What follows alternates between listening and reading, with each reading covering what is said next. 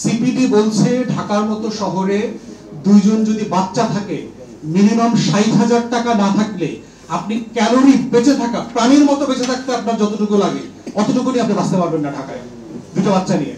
তাহলে আপনি তাকে বেতন দেন 19,000 টাকা 22,000 টাকা, কিছু রেশন দেন, এইটা দিয়া দুইটা বাচ্চার সন্তান, অনেক ফ্যামিলিকে বাবা মাকে লুক আফটার করতে হয়, গ্রামের পরিবারকে দেখাশোনা করতে হয়, অসুস্থ রোগীদেরকে চিকিৎসা দিতে হয়, সে কিভাবে চলবে? ও কি ফেরেশতা? আল্লাহ তাআলা তো পুলিশ বাহিনীকে ফেরেশতা বানায় পাঠায় নাই। পলিটিশিয়ানরা ওভারঅল টাউট টাইপের লোক, এ ব্যাপারে কোনো সন্দেহ নাই, কিন্তু বাস্তবায়নটা কারা করবে? সুশীলরা এসে করবে? কারা করবে? এই দিন শেষে পলিটিশিয়ানদেরকে দিয়েই তো আপনার দেশ চালাইতে হবে। তাহলে তাদেরকে আপনি প্রসেসের সাথে এনগেজ করলেন না, তাহলে তাকে আগামী ইলেকশন ম্যানিফেস্টোতে পুলিশ সংস্কারের ব্যাপারে দুইটা লাইন লেখানোর জন্য বাধ্য কিভাবে করবেন? করবার জায়গা থেকে যেটা হচ্ছে যে আপনি সেই রিপাবলিকান মডেলের যে গভর্নেন্সটা দেবেন সেটার জন্য সৈনিকরা আসলে উপযোগী না, সেটার জন্য একটা ডিফারেন্ট সেট অফ পিপলকে লাগবে, এবং সেখান থেকে পুলিশের ধারণা আসছে। এবং যে দেখেন আমাদের পুলিশের রিক্রুটমেন্ট, আমি পেপারে দেখলাম রিক্রুটমেন্ট প্রসেস নিয়ে খুব বেশি কথা বলা হয় নাই। দেখেন কিভাবে কলোনিয়াল রিক্রুটমেন্ট এখনো প্রচলিত আছে। আমাদের দেশে দেখবেন যে মাতকলন আমার ল্যাঙ্গুয়েজের জন্য অফিসাররা যে পুলিশের ভিতরে ব্রাহ্মণ রিক্রুট করার জন্য বিসিএস আছে, আর পুলিশের ভিতরে নমশূদ্র, অচ্ছুত, জবন, এই নিম্নবর্ণের লোকদেরকে রিক্রুট করবার জন্য হলো কনস্টেবল আছে, সাব ইন্সপেক্টর আছে, ইন্সপেক্টর আছে, আলাদা রুট আছে। ইংল্যান্ডে যাদের আইন দিয়ে আমাদের পুলিশ চলে সেখানে তো দুই রকম রিক্রুটমেন্ট নাই। ইংল্যান্ডে পুলিশের যে আইজি হয় সে কনস্টেবল পদে অ্যাপয়েন্টেড হয়, তার অফিসিয়াল পোস্টও তাই, যে সে হলো কনস্টেবলদের চিফ। তাহলে আমার কেন এই দুইটা রিক্রুটমেন্ট ধরে রাখতে হয়েছে ব্রিটিশ কলোনিয়াল মডেলে? কারণ ব্রিটিশরা চিন্তা করেছে লাঠিয়াল বাহিনী রাখবে হলো প্রজাদের ভিতর থেকে, আর লাঠিয়ালদের বসিং করবে হচ্ছে সাদা হোয়াইট স্কটিশ ব্রিটিশরা এসে করবে। এবং তাই ছিল হিস্টোরিক্যালি। আমাদের আমলাতন্ত্র দেখেন ডিসি এসপি অলওয়েজ দেখবেন এই পুরো ইন্ডিয়ান গভর্নেন্সে দেখবেন হোয়াইট পিপল ছিল, আর এদের লাঠিয়াল ছিল হলো আমার আপনার বর্ণের লোকেরা। ইভেন পলাশীর প্রান্তরে যুদ্ধ করেছে কারা? সাদারা যুদ্ধ করেছে। লর্ড ক্লাইভের সোলজার ছিল আপনার প্রায় 900 সামথিং, 1000-এর মতো, তার ভিতরে 700-র উপরে ছিল হলো ইন্ডিয়ান প্রজা, মার্সেনারি, ভাড়াটিয়া যোদ্ধা পাওয়া যেত।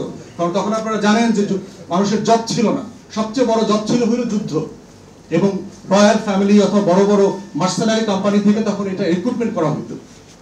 তাহলে সেই জায়গাতে দেখেন আমার রিক্রুটমেন্ট প্রসেসের পর আজকে আলোচনা দেখেন সব অফিসারদের নিয়ে আলোচনা হচ্ছে। ওনারা কতজন? 6000 সামথিং। 2 লক্ষ ফোর্সের কোনো রিপ্রেজেন্টেশন নাই, যারা কনস্টেবল, যারা ইন্সপেক্টর, যারা সাব ইন্সপেক্টর, তাদের কোনো রিপ্রেজেন্টেশন এখানে নাই। তাহলে এখানেও ব্রাহ্মণদের জন্য, ব্রাহ্মণদের স্বার্থে সকল ব্রাহ্মণরা এসে আলোচনা করতেছে ফিউচারে ব্রাহ্মণদেরকে কিভাবে প্রফেশনাল করা যায়। নমশূদ্ররা কোথায়? আমার 2 লক্ষ নমশূদ্রের রিপ্রেজেন্টেশন নাই কারো। আমাকে মাফ করবেন যে আমার মধ্যে একটা অভদ্র লোকরে দাওয়াত দিয়ে আইলে এখন আপনারা বিপদে পড়ছেন, আর কোনোদিন হয়তো দাওয়াত দিবেন না। কিন্তু আপনি যখন পুলিশ ফোর্স নিয়ে কথা বলবেন আপনাকে তো সবাইকে নিয়ে কথা বলতে হবে। আপনি তো শুধু অফিসারদেরকে চরিত্র বদলাইলে তো লাভ হবে না। তাহলে সেই জায়গাতে আমার রিক্রুটমেন্ট প্রসেসের ভিতরে এই কলোনিয়াল সিস্টেম বাদ দিতে হবে, একটা সিঙ্গুলার রিক্রুটমেন্টে আসতে হবে। দ্বিতীয় একটা বিষয় আকবর ভাই বলে গেছেন, পুলিশ ফোর্সকে ডিসেন্ট্রালাইজ করে দিতে হবে। আমি এটা নিয়ে বহুবার কথা বলেছি। পুল রিক্রুটমেন্ট দরকার, যে আপনি অফিসার হিসাবে অথবা কনস্টেবল হিসাবে যাকে রিক্রুট করছেন, লোকাল অ্যাডমিনিস্ট্রেশন তাকে পুল থেকে সিলেক্ট করে নিয়ে যাবে। আমার উপজেলা পরিষদ তখন বিজ্ঞাপন দেবে যে আমার 5 জন কনস্টেবল দরকার, 2 জন এসআই দরকার, 1 জন এএসপি দরকার। সেই বিজ্ঞাপন মোতাবেক সবাই সেখানে জবের জন্য অ্যাপ্লাই করবে, অ্যাপ্লাই করে তার পুল সিলেকশন হবে। কারণ আপনি জানেন না যে আসলে কে কোন জবের জন্য বেটার। একবার একটা সিস্টেম দিয়ে রিক্রুট করবার পরে তাকে আর চেঞ্জ করা হচ্ছে না। এরপর হচ্ছে আর্মি সিনড্রোমের কথা বলে গেছে। পুলিশ ফোর্সের ভিতরে আর্মি সিনড্রোম ঢুকেছে, একই রোগ। ওদের ডিএইচএস আছে, অতএব আমাদেরও পিওএইচএস লাগবে, পুলিশ অফিসার্স হাউজিং অ্যাসোসিয়েশন। ওর ব্যাংক আছে, তো আমারও একটা ব্যাংক লাগবে। ওর অস্ত্র আছে, যে অস্ত্র দিয়ে একবার মারলে 3 জন মারা যায়, অথবা আমারও এরকম একটা অস্ত্র লাগবে 7.62 ব্যারেলের, একটা দিয়ে 3 জনে মারা ফেলবো। এরপর আবার স্বরাষ্ট্রমন্ত্রী দেখাবো, স্যার খালি একটারে মারছি, একটাই দৌড়ায়, বাকিগুলো দৌড়ায়ও না। তাহলে আরো ভালো অস্ত্র দেন যেন দৌড়ায়।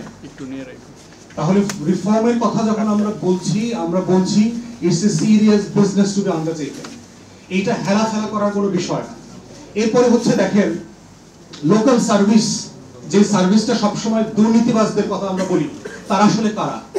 অফিসাররা তো ঘুষ নেয় না, ডাইরেক্টলি নেন না।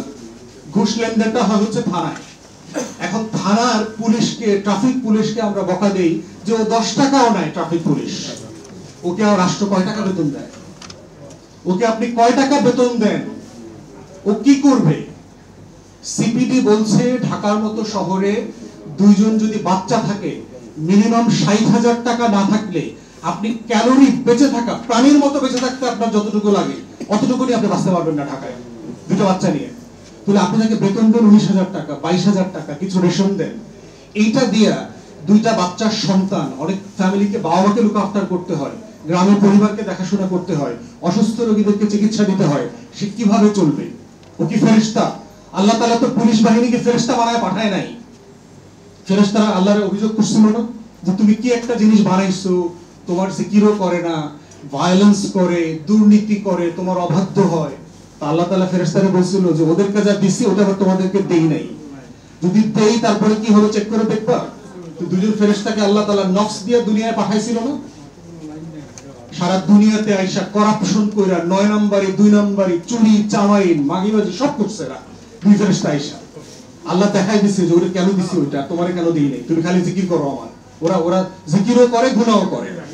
তুমি পুলিশ তো এরকম একটা মানুষ ভাই, আমার সমাজ থেকে বাইরে আসছে, ও 19,000 টাকা কিভাবে ভালোভাবে জীবনযাপন করবে? আপনি তাকে হাত পা বেঁধে সাগরে বলছেন যে তোমার ওই যে অলিম্পিকে যে গোল্ড মেডেল পায় ওর মতো করে তোমাকে সাঁতার কাটতে হবে, কিভাবে সম্ভব? তার কোনো ইনসেনটিভ নাই। তাহলে আমরা যেটা বরাবর বলছি, শুধু পুলিশ না, বাংলাদেশের প্রত্যেকটা সার্ভিসের জন্য লিভিং ওয়েজ লাগবে, বেঁচে থাকার সম্মানজনক মর্যাদা সম্পন্ন বেতন লাগবে। সেই বেতনের পরে হচ্ছে আপনি প্রিভিলেজ দেবেন অফিসারদেরকে, সেটা অন্য বিষয়, যে অফিসার ক্যাটাগরি তার প্রিভিলেজ আসবে, কিন্তু লিভিং ওয়েজটা তো তাকে দিতে হবে, তখন না আপনি অ্যাকাউন্টেবল করতে পারবেন। পুলিশের কমন সমস্যা দেখেন, গ্রেফতার করে নিয়ে আসে, এই গ্রেফতার করে আনার পরে তাকে যে দুপুরে খাওয়াবে, এই খাওয়ানোর কোনো টাকা রাষ্ট্রের বাজেটে নাই। এই লোকটাকে যে পরের দিন গাড়িতে করে নিয়ে আপনার ওই যে ইয়েতে নিয়ে যাবে, কোর্টে নিয়ে যাবে, হাজির করতে হবে, এই হাজির করবার কোনো এক্সপেন্সেস রাষ্ট্র তাকে দেয় না। ব্রিটিশ আমলেও এগুলো নিয়ে মানে তখন যারা ভাইসরয় ছিল তাদের কাছে কমপ্লেইন রয়েছে। ভাইসরয়ের একটা বিখ্যাত উক্তি আছে, they must live by the land, বলে দেয়া আছে। ওরা খুঁজে খাজে খাবে আর কি। মানে কি খুঁজে খাজে খাবে? মানেটা কি? দুর্নীতি করে খাবে। তাহলে ব্রিটিশ কলোনিয়াল মডেলটাই তো আমরা এখন পর্যন্ত রেখে দিয়েছি, তাদেরকে সম্মানজনকভাবে বেঁচে থাকার জন্য উপার্জনের জায়গা আমরা করে দেই নাই। তাহলে প্রত্যেক পদে পদে তাকে যখন আপনি অসম্মানিত জীবনযাপন করবার জন্য বাধ্য করবেন, সে তো নাগরিকদের সম্মানজনক সেবা দিতে পারবে না। এটা প্র্যাকটিক্যাল না, সিম্পলি ইম্পসিবল একটা রিয়ালিটিতে পাস করছি আমরা। তাই সেই সকল বাস্তবতাতে আমার কাছে মনে হয়েছে কমিশনের আলোচনা আসছে, জারিফের সাথে আমারও লম্বা আলোচনা হয়েছে। আমি সিরিয়াসলি কমিশনের নেক্সট মিটিং এ এটা রেজ করব যে কেন পুলিশ সংস্কার নিয়ে সিরিয়াসলি আলাপ হওয়া দরকার। এখানে জাহাঙ্গীরনগরের ভাইস চ্যান্সেলর মহোদয় বলেছেন যে পরামর্শ নেওয়া হয়েছে, তো পুরো কথা। ইনফ্যাক্ট এরা একমাত্র কমিশন যারা কারো কাছে কোনো মতামত নেয়, এবং এটার যিনি দায়িত্বে ছিলেন সাবেক স্বরাষ্ট্র সচিব, ওনাকে আমি সরাসরি জিজ্ঞেস করছি যে আপনাদের কেন মনে হইলো যে আমরা সব বলদ আর আপনারা সব বুদ্ধিমান, আপনারা সব বুঝেন আর আমরা বুঝি না, আমাদের পরামর্শ লাগলো না? কাদেরকে দিয়ে বাস্তবায়ন করবেন? আমাদের মতো খারাপ বদমাইশ টাউট টাইপের পলিটিশিয়ানদের তো আপনার লাগবে বাস্তবায়ন করতে দিন শেষে। পলিটিশিয়ানরা ওভারঅল টাউট টাইপের লোক, এ ব্যাপারে কোনো সন্দেহ নাই, কিন্তু বাস্তবায়নটা কারা করবে? সুশীলরা এসে করবে? কারা করবে? এই দিন শেষে পলিটিশিয়ানদেরকে দিয়েই তো আপনার দেশ চালাইতে হবে।